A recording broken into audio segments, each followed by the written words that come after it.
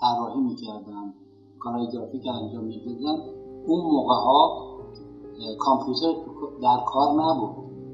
اون موقع ها خب با قلم بود و رنگ و روغن بود و موارد دیگه، با اونا کار میکردیم.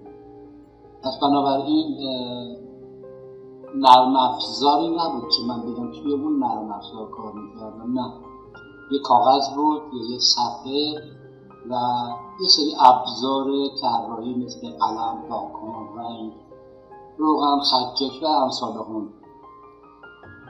ما چون میخوایم که طراحی رو به شما یاد بدیم، با ورود نرم افزارها و پیشرفت تکنولوژی و نرم افزارهایی که اومده و جایگزین روش‌های سنتی شده، ما اجباراً طراحی رو توی نرم افزارها به شما یاد میدیم.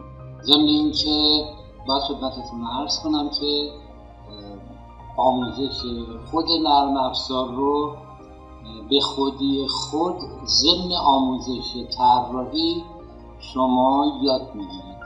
یعنی بنده هیچ وقت از شروع کار نمیام که نرم افزار به شما معرفی کنم.